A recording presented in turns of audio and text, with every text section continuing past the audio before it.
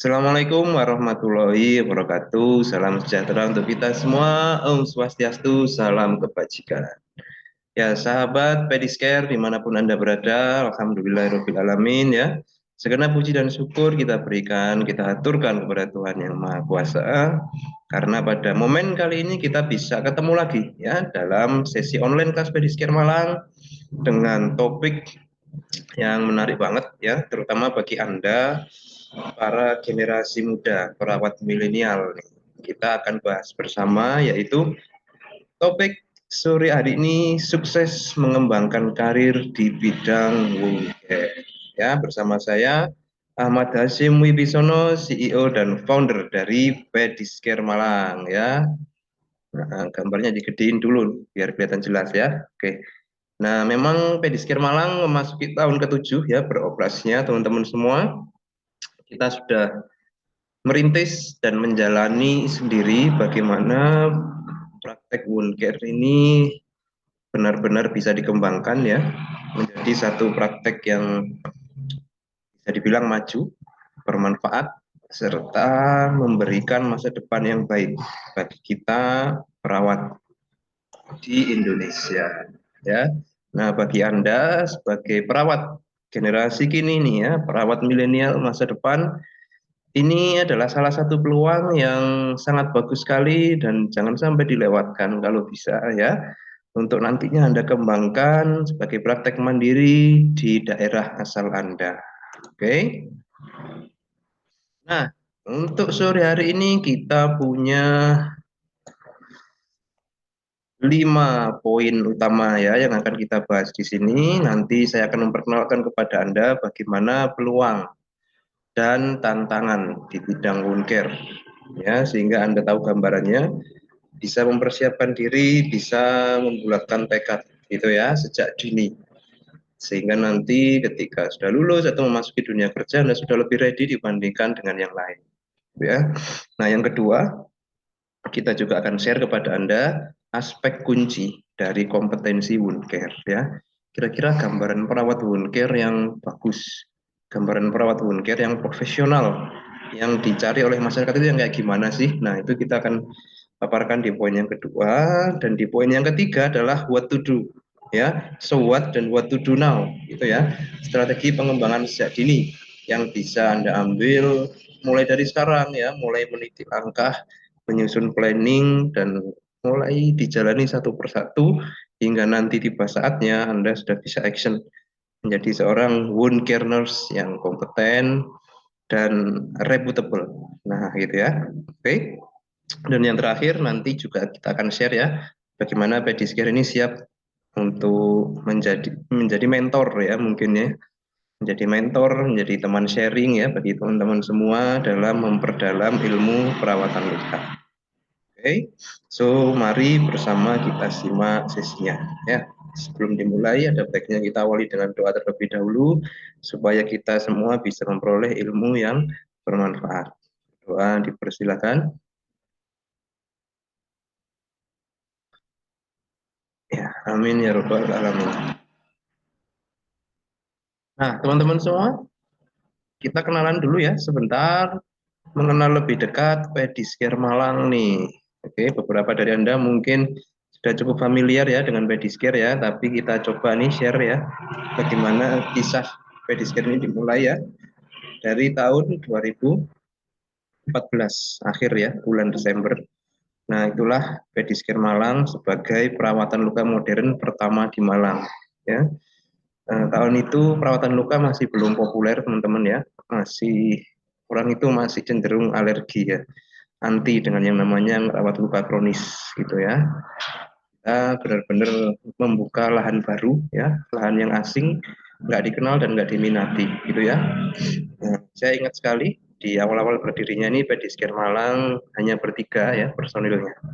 Oke. Nah, sekarang di tahun 2021 hingga saat ini ya, Pedicare Malang ini sudah berkembang tidak hanya sebagai praktek mandiri keperawatan, tapi sudah menjadi pusat pelayanan keperawatan di luar rumah sakit atau sering disebutnya nursing center. Jadi pelayanan kita sekarang sudah macam-macam ya, jasa keperawatannya tidak hanya rawat luka saja, ada keperawatan home care, ada dokter visit, ada fisioterapi, ada rental alat kesehatan dan macam-macam. Ini semua kita kembangkan ya, awalnya ya dari perawatan luka itu gitu ya. Seiring berjalannya waktu ternyata muncul berbagai kebutuhan dari masyarakat, muncul berbagai permintaan. Nah, ini yang menandakan ya bahwa ternyata bisnis jasa keperawatan ini luas gitu ya, tidak hanya luka saja, tapi ternyata dari situ membuka jalan ke ini bidang-bidang yang lain yang kita kembangkan. Nah, dari awalnya kita hanya bertiga, teman-teman ya, di tahun 2022 ini sekarang tim manajemen Pedicare Malang itu terdiri dari 18 orang ya. 18 orang, terus tim home care-nya yang sudah berjaga dinas di rumah-rumah pasien itu mencapai 35 orang. Jadi kalau di total 35 plus 18 ya sekitar 50 something personil kita alhamdulillah bisa berkembang dan terus memberikan yang terbaik bagi masyarakat dan profesinya. Nah, kenapa ya dari praktek mandiri itu bisa menjadi seperti ini? Nah, salah satu tipsnya adalah ini. Kita mengelola praktek mandiri kita itu dengan konsep entrepreneurship seperti kewirausahaan. Jadi tidak hanya fokus melulu pada pelayanan ya, ada manajemen, ada pemasaran gitu yang kita terapkan sehingga lini aktivitas kita itu jadi banyak gitu ya. Yang kita karyakan itu jadi macam-macam dan otomatis jumlah personilnya juga terus nambah gitu ya. Nah, seperti yang Anda bisa lihat di sebelah sini nih, di kiri saya ya. Nah, di sini nih. Nah, ini sebelah kiri ya, banyak unit aktivitas dan pelayanan ya. Jadi kita ada perawatan ya, pelayanan, ada juga penjualan sandal diabetes, terus produk perawatan luka ya, kegiatan sosial kemanusiaan ya, amal, terus donasi itu kita juga banyak kasih ke pasien akhirnya saat ini ya. Dan nah yang terus berkembang adalah pendidikan, pelatihan serta penelitian. Nah ini teman-teman gambaran dari Pedicare Malang ya, yang semua ini bermula dari perawatan luka dan stoma. Ya ternyata bisa berkembang seperti ini. Nah ini eh, menjadi contoh ya, dan teman-teman saya yakin generasi muda lebih kreatif bisa membuat something yang lebih dahsyat lagi, lebih keren lagi ya dibandingkan dengan kita nih para generasi pendahulu keperawatan, gitu ya. Nah ini sedikit intro dari Pedicare Malang. Kita lanjutkan ke materi inti. Nah ini dia ya. Jadi yang pertama kita coba lihat deh peluang ya. Sebenarnya kenapa kok saya tadi bilang wound care ini menjanjikan? Nah, kita lihat nih data dan fakta yang ada ya. Pertama ini, nah kita coba lihat statistik terkini ya, perbandingan ini di tahun 2009 dan 2019. Oke. 2009 diabetes itu adalah penyakit terbanyak keenam di Indonesia, teman-teman ya. Tapi 2019 bisa dilihat itu dia lompat ya dari nomor 6 menjadi nomor berapa itu? Nah, nomor 3 ya, menyalip sirosis, TBC dan lain sebagainya ya. Nah, ini mengindikasikan bahwa jumlah penderita diabetes di Indonesia itu sangat banyak sekali gitu ya. Dan banyak referensi menyebutkan setidaknya 25% pasien diabetes itu akan mengalami luka paling tidak sekali gitu ya. Oke, nah jadi bisa dilihat di situ ya bagaimana statistik diabetes ini begitu tinggi dan kemungkinan luka itu sangat tinggi ya. Nah, tidak hanya itu, kita geser ke bawah, coba kita lihat di sini. Nah, ya, 66% penelitian membuktikan pasien luka diabetes yang sembuh itu akan mengalami luka berulang, teman-teman ya. Dan ini relevan dengan pengalaman kami ya di Pedicare Malang. Banyak pasien kita itu yang sudah kita rawat sembuh, datang lagi perawatan karena luka lagi. Nah, gitu ya. Nah, artinya ini menjadi satu masalah yang terjadi berulang dan terus-menerus, gitu ya. Sehingga tidak salah kiranya ya jika kita bergerak di bidang ini, gitu loh ya, karena memang kebutuhan tinggi, ya. Nah, di satu sisi kita lihat nih, di sini ya, sistem pelayanan di rumah sakit. Apa yang ada di situ? Rumah sakit, terutama rumah sakit pemerintah ya, dengan skema BPJS yang ada ini masih menggunakan material dan metode yang kurang sesuai ya, mayoritas ya, dengan kondisi luka kronis yang kompleks seperti luka diabetes. Oke, jadi masih pakai kasa, masih pakai sufratul, perawatannya juga masih konvensional ya, buka tutup balutan aja. Nah, ini teknik-teknik yang tidak cocok gitu ya untuk dipakai pada luka kronis yang sulit sembuh. Kalau untuk luka akut sih it's fine ya, itu bisa mencapai penyembuhan luka. Tapi kalau luka kronis butuh material dan metode tersendiri. Yang mana itu masih jauh lah penerapannya pada banyak rumah sakit, gitu ya. Nah, akhirnya apa? Bisa dilihat ini ya, angka amputasi dan komplikasi yang tinggi ketika dirawat di rumah sakit ya. Baik itu dirawat jalan maupun dirawat inap.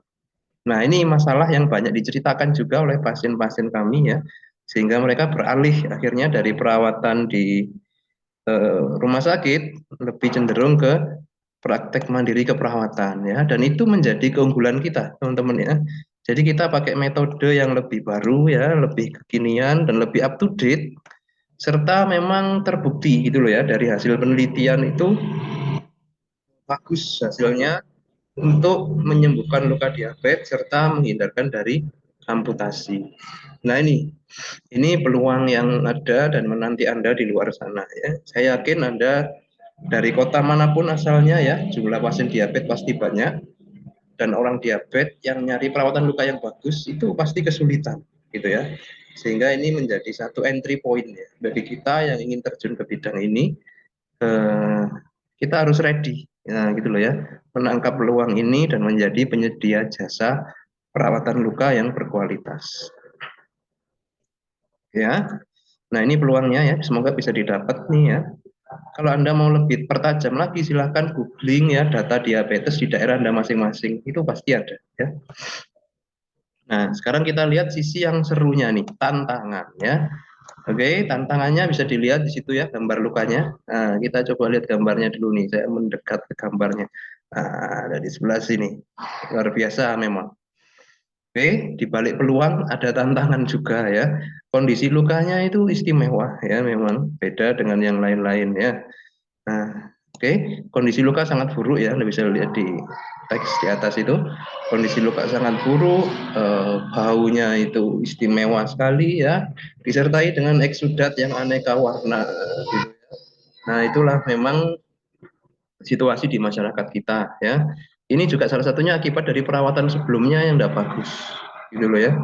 Nah, kita juga harus siap nih dengan kondisi seperti ini ya. Oke, terus poin yang kedua di atas ini coba dilihat ya, luka macet tidak ada progres atau terus memburu. Nah, ini kalau tidak menguasai ilmu dan skillnya memang memusingkan merawat luka kronis, terutama luka diabetes ini ya. Sudah dirawat dengan tekun ya, dengan telaten, dengan sabar gitu ya. Tapi ya lukanya gitu-gitu aja gitu loh, nggak ada progres atau bahkan malah terus memburu ya teman-teman ya. Nah, ini juga menjadi satu masalah yang dulu itu memang membuat perawat-perawat kita itu kurang antusias ya dalam merawat luka diabetes.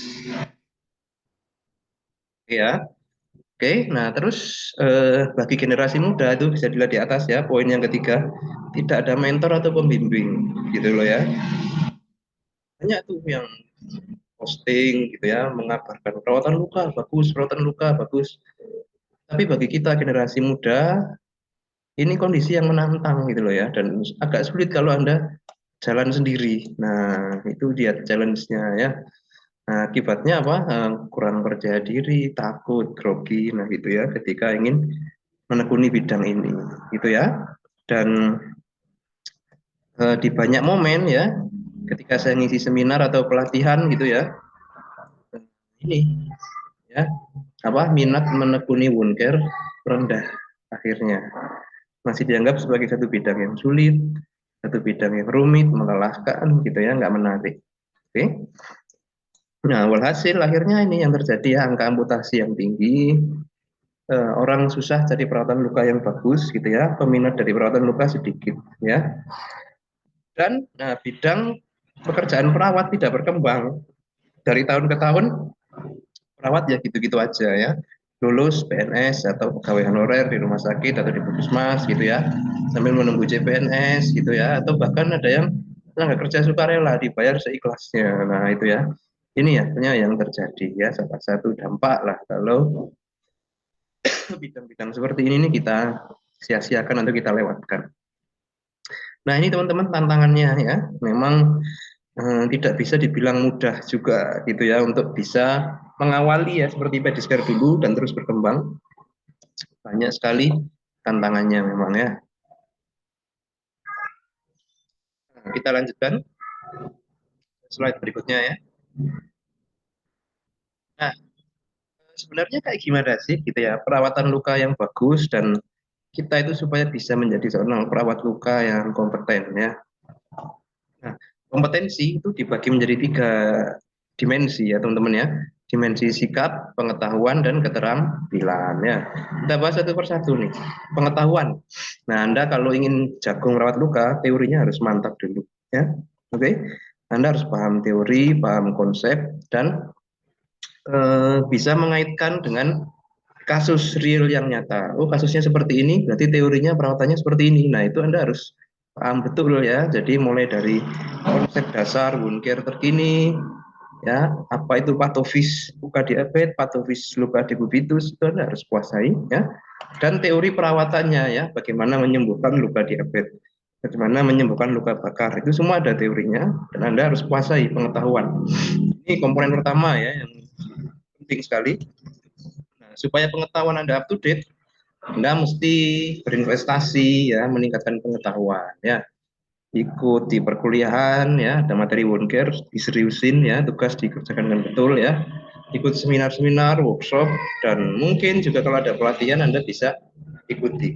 Nah, itu akan berkontribusi sekali dalam membentuk pengetahuan Anda ya, karena di kuliah tidak terlalu banyak ilmu perawatan luka kronis ya, kan ini termasuk kompetensi tingkat lanjut gitu ya teman-teman ya. Oke, next setelah pengetahuan ada ini, nah apa ini, sikap, ini juga sangat penting ya, bagaimana Anda tampil, bagaimana Anda menghadirkan diri di pasien, dan bagaimana Anda dinilai oleh pengguna jasa dan rekan seprofesi Anda gitu ya. Jadi sikap ini ngomongnya nggak jauh-jauh dari etika ya, kode etik, perilaku profesional ya, kematangan kepribadian, bagaimana kita menguatkan pasien, memberi support ya, bagaimana kita tetap stabil dalam kondisi sulit gitu ya. Kita ketemu luka yang begitu cetar membahana, pasien dan keluarga stres, heboh, kita harus tetap tenang ya, mengkondisikan mereka, sekaligus mengkondisikan diri kita sendiri, merawat dengan tetap baik ya, nggak panik, nggak tegang, nggak blank. Nah, itu semua adalah komponen sikap ya. Memperlakukan orang dengan baik, dengan hormat, dengan caring, penuh kasih sayang. Nah, itu adalah sikap ya. Nah, jadi sikap ini agak abstrak tapi juga sangat krusial. Nah, yang susah dari sikap ini ya teman-teman ya adalah ini nggak bisa dipelajari tapi harus diasah gitu loh ya, nggak bisa dipelajari dari teori, sikap itu harus ditumbuhkan, dilatih dan diasah gitu ya. Makanya di sini saya sebutkan bentuk sikap sebagai perawat luka yang profesional, maka Anda perlu pengalaman ya, magang, mentorship, pengalaman kerja ya, itu yang Anda perlukan. Jadi ketemu dengan kondisi nyata, ketemu pasien, terus ketemu keluarganya, melatih menempa diri, nah itu akan membentuk sikap, perilaku, karakter, attitude. Nah, itu ya. Nah, terakhir baru keterampilan. Kalau keterampilan ini motorik ya, memang tangan yang bicara ya. Jadi bagaimana nanti Anda bisa menunjukkan kinerja yang bagus, teknik merawat yang baik ya, sebagai perawat pelaksana ya, operator perawatan luka. Bagaimana Anda bisa mengelola tim Anda gitu ya, menjadwalkan, mensupervisi sebagai leader dan manajer, berarti ya itu juga keterampilan, serta bagaimana mengemas praktek perawatan luka ini menjadi suatu bisnis yang berkembang gitu ya, cepat dikenal, banyak jejaring, buka cabang, nambah orang. Nah, itu adalah kompetensi entrepreneurship yang masuk dalam ranah keterampilan gitu ya teman-teman ya. Oke, jadi ada 3 poin besar ya, pengetahuan, sikap, dan keterampilan. Kalau Anda ingin jadi perawat luka yang handal, itu Anda harus tahu dulu dimensinya, ya. Nah, untuk membentuk keterampilan bagaimana? Nah, bisa dilihat nih di bawah saya nih ya. Pelatihan it's okay ya. Pelatihan itu biasanya jangka pendek ya, 4 hari sampai seminggu gitu ya. Cukup memberikan gambaran, tapi kalau benar-benar handal, terampil, tangannya itu bisa tegas gitu ya. Nggak cukup sekedar pelatihan ya. Anda juga harus magang ya, mentorship. Nah, ini yang penting. Jadi Anda tidak hanya cari pengalaman, tapi juga sambil cari pengalaman, sambil dibimbing dan diarahkan. Nah itu yang Anda akan bisa berakselerasi kalau seperti itu ya. Jadi sinergi ya antara pengalaman dengan pembimbingan atau pendampingan. Itu akan membuat Anda lebih cepat larinya dan kompetensinya ini lebih cepat terasah dan tercapai. Itu teman-teman ya. Jadi ini tadi gambaran bagaimana itu peluang, bagaimana itu tantangan, dan kompetensi yang Anda harus pegang kalau ingin berkibar di bidang perawatan luka. Kita lanjutkan ke slide berikutnya. Nah, kita lanjutkan sekarang kita ngomong realnya nih, Anda saat ini ya. Seperti apa strategi pengembangan diri sejak dini yang bisa diambil, bisa mulai dirintis gitu ya. Sejak Anda fresh graduate atau pada masa-masa akhir kuliah menjelang masuk dunia kerja ya. Nah, yang pertama kita lihat dulu di bawah sini ya. Tetapkan arah tujuan pengembangan diri. Jadi kalau memang Anda ini ingin ya menekuni bidang perawatan luka, harus sudah nawaitu ya, niat, komitmen dan niat yang kuat ya untuk arahnya in the future ya, di masa depan itu Anda ekspertisnya akan di bidang perawatan luka gitu ya. Itu harus lurus, fokus, dan nggak ragu-ragu serta totalitas itu teman-teman ya, sejak dini mungkin ya. Jadi setelah ini setiap langkah Anda pengembangan diri itu sudah ada arahnya semua ke penguatan bidang perawatan luka gitu ya. Oke. Terus yang kedua, investasi pengetahuan ya. Belajar mandiri, membaca referensi ya, sharing dengan teman-teman, diskusi sharing dengan senior gitu ya. Mengikuti event-event ilmiah ya, seminar, workshop, pelatihan, itu semua akan menambah pengetahuan Anda ya, yang mana itu sangat berguna ya, fondasi yang paling dasar ya, pengetahuan itu Anda perkuat ya. Setelah niat tambah pengetahuan ya. Yang ketiga adalah ini dia, kalau ini ranahnya sikap dan keterampilan tadi ya, temukan mentor. Oke, cari senior ya yang memang menekuni bidang ini, yang memang diakui kompetensinya, yang memang kelihatan hasilnya. Oh ya memang bagus perawatannya, oh ya berkembang prakteknya, dan mau jadi mentor Anda gitu ya, karena juga nggak semua orang kadang itu nyaman gitu ya dengan adanya apa menjadi mentor atau junior yang ingin berkembang, itu nggak semua nyaman ya.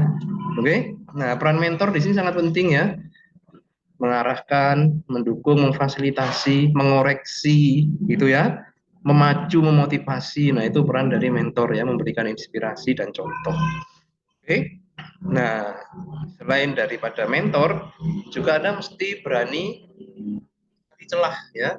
Bagaimana menambah pengalaman wound saya gitu ya. Skill ya. Skill itu tidak hanya soal pengetahuan tapi juga pengalaman ya. Dan guru terbaik adalah pengalaman. Tapi tidak hanya sekedar pengalaman, tapi pengalaman yang dipelajari. Itu adalah guru yang terbaik, teman-teman. Nah, jadi pengalaman itu akan menjadi finishing touch ya, dari pengetahuan, dari sikap, dari niat Anda, itu semua finishingnya adalah di pengalaman. Melalui pengalaman inilah pengetahuan Anda dituangkan dalam bentuk action nyata.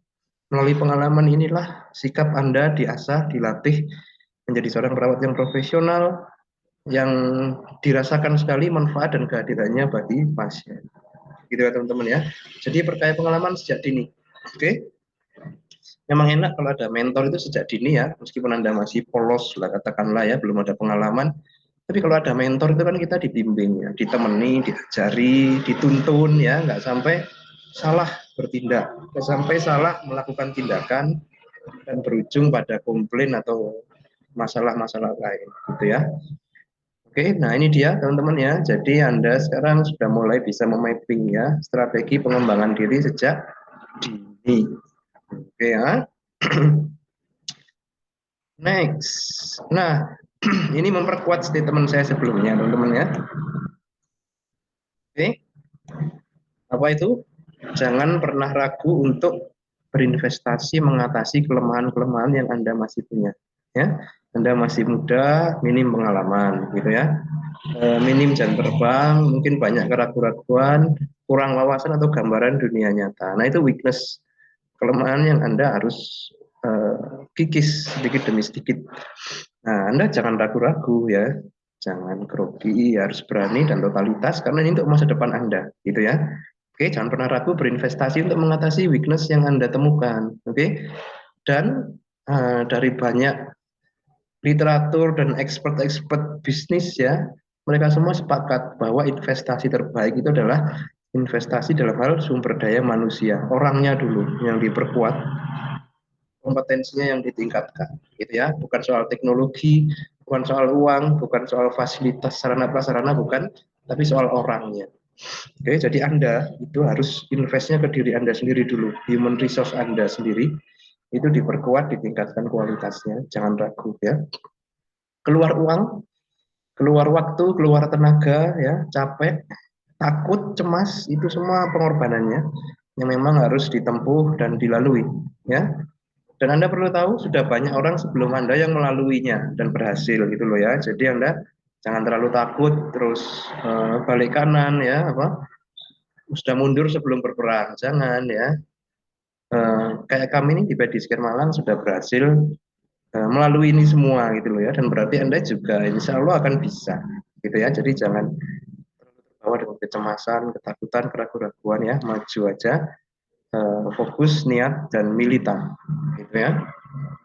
Oke, nah syukur-syukur Anda mau belajar bareng kita ya di Badisker Malang. Nah, kita siap ya mengakselerasi ini para generasi muda calon perawat ya untuk segera apa meroket ya di bidang perawatan luka ini.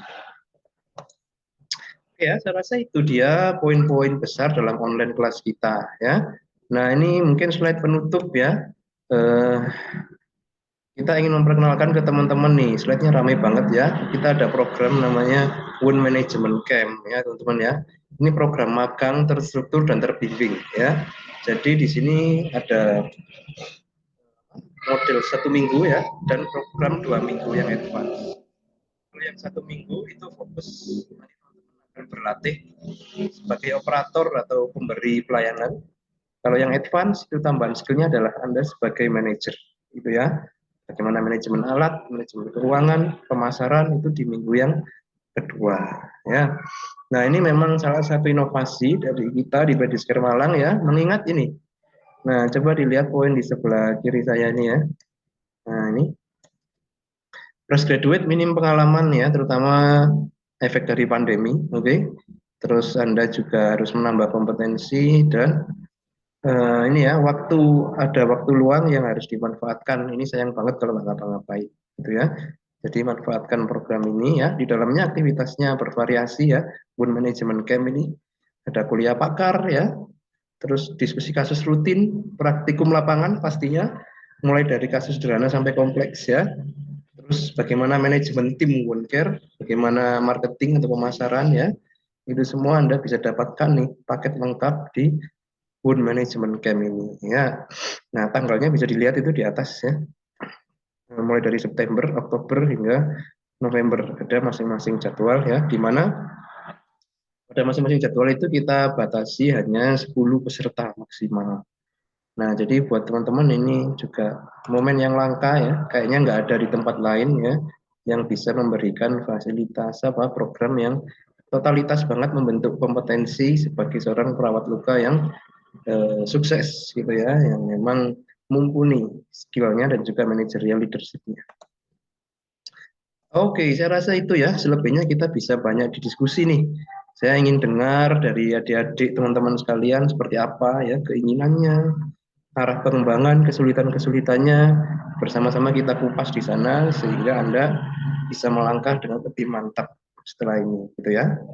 Oke, ini ada platform-platform online nih. Nah, silakan juga di-follow biar terus up to date dan stay inspired gitu ya, terus terinspirasi dan energinya terjaga. Oke, terima kasih. Saya kembalikan ke moderator. Selamat sore. Assalamualaikum warahmatullahi wabarakatuh.